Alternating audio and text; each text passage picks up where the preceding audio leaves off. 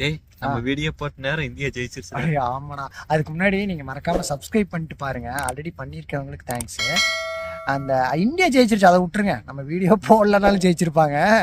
எனக்கு இந்த ஏலம்னு ஒன்று நடந்துட்டு இருக்கு பாத்தியா, அது பாத்தியா? அது மனுஷன் பாப்பானாங்கறியா? அப்பதான் வெளியே சொல்லாத. இல்ல சிஎஸ்கே விடுங்க, மிச்சர் சாப்பிட்டு யாரையோ எடுத்து விட்டாங்க. டோனி வச்சு அப்படியே வண்டி ஓட்டிடுவாங்கன்னு வெயி. இந்த ஆர்சிபி ஃபேன்ஸ் பாவம் நாடி, ஈசாலா கப் நம்மதேன்னு இன்னும் 50 வருஷம் சொல்லணும் போல. இல்ல கப்பதான் எடுக்க மாட்டீங்க, ஏலத்துல ஆளாவது எடுப்பீங்கன்னு பார்த்தா என்ன பண்ணி வச்சிருக்காங்க? 23 கோடிக்கு ஐயரத்தை வாங்கி வச்சிருக்காங்க. ஐயர் அவங்க வாங்கல, அதுக்கு எஃபோர்ட் போட்டாங்க.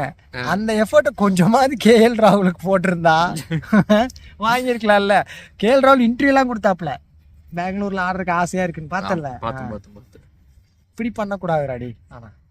ஆனா நான் கேஎல் ராகுல் அதிகமா போவேன்னு எதிர்பார்த்தேன். ஒரு 20 கொஞ்சம் ஆமாடாடி. ரிஷப் பண்ட்டுக்கு 27 கோடி.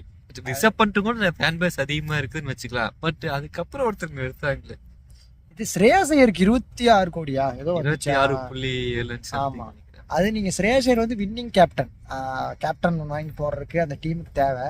பஞ்சாப் வந்து நான் ரிஷப் பண்ட்டுக்கு போவாங்கன்னு நினைச்சேன், அங்க இருந்தாப்புல. பட் ஆனா அங்க போல. சம்பந்தமே இல்லாம வழக்கமா இந்த இடத்துலயும் வந்து இந்த விலையேத்தி ஒரு டீம் எல்லாம் இருக்குமே, டெல்லி, அத ஒருத்தங்க டெல்லி, பஞ்சாப், இவங்கெல்லாம் ஆவுனா கையை தூக்கிட்டே இருந்தாங்க பத்தியா. அதெல்லாம் ரொம்ப மோசம்டா உண்மையாலுமே. ஆனா நம்ம ஆளுங்க மிச்சர் 6 கிலோ 1 கிலோ வாங்கிட்டு போயிருப்பாங்க போல. 4 கிலோ சாப்பிட்டு முடிச்சுட்டாங்க. ஆமா, சாம் கரன் நல்ல பை. சாம் கரன் எடுத்தது ஓகே. திரும்ப அதே அந்த பழைய டீம் தான். ரவிச்சந்திரன் அஸ்வின் எல்லாம் போட்டானே, கண்டிப்பா நாங்க எடுத்துருவோம்னு சொல்லிட்டு. 9.5 கோடி 9.25 கோடி போனதெல்லாம் நல்ல விஷயம். ரவிச்சந்திரன் அஸ்வின் இல்ல, நம்மளவே கேஎல் ராகுலுக்கு போனாங்க. கடைசியில் இன்னும் 1 கோடி ரூபாய் போட்டுருந்தாங்க கூட. கேஎல் ராகுல் எடுக்கிற பிளான் இருந்திருக்காது. பட் ட்ரை பண்ணாங்க. 13 கோடி வரைக்கும் ட்ரை பண்ணாங்க. நமக்கு அந்த நியூசிலாந்து சிங்கங்கள் தான். கான்வே, ரவீந்திரா சொன்ன மாதிரி வந்துட்டு ஓப்பனிங் ஸ்பாட் இதாயிருச்சுல. ஆனா போன வாட்டி நமக்கு ஓப்பனிங் தானே மாத்தி மாத்தி ஆடி பார்த்து ஒண்ணுமே செட் ஆகல. அந்த கான்வே ருத்ராஜ் தான் அந்த ஒரு ஃபேப் எடுத்திருந்தாலுமே எங்க இறக்குறதுன்னு தெரிஞ்சிருக்காது. ஃபேப் 2 பிளேசஸ் அவங்க ஊர்லயே இறக்கி விட்டு வந்துட்டாங்க இல்ல. ஆனா அன்சோல்ட் ஆன பிளேயர்ஸ் எல்லாம் பாத்தியா, நம்ம கெயின் வில்லியம்சன், டேவிட் வார்னர், அதெல்லாம் ரொம்ப ஷாக் உண்மையாலுமே. அது பாப்போம், மறுபடியும் அன்சோல்டு பிளேயர்ஸ்ல யாராவது எடுக்கிறாங்களா என்னன்னு தெரியல. ஏலம் போயிட்டு தான் இருக்கு. இந்தியா ஜெயிச்சதையும் நம்ம பேசி ஆகணும்ல.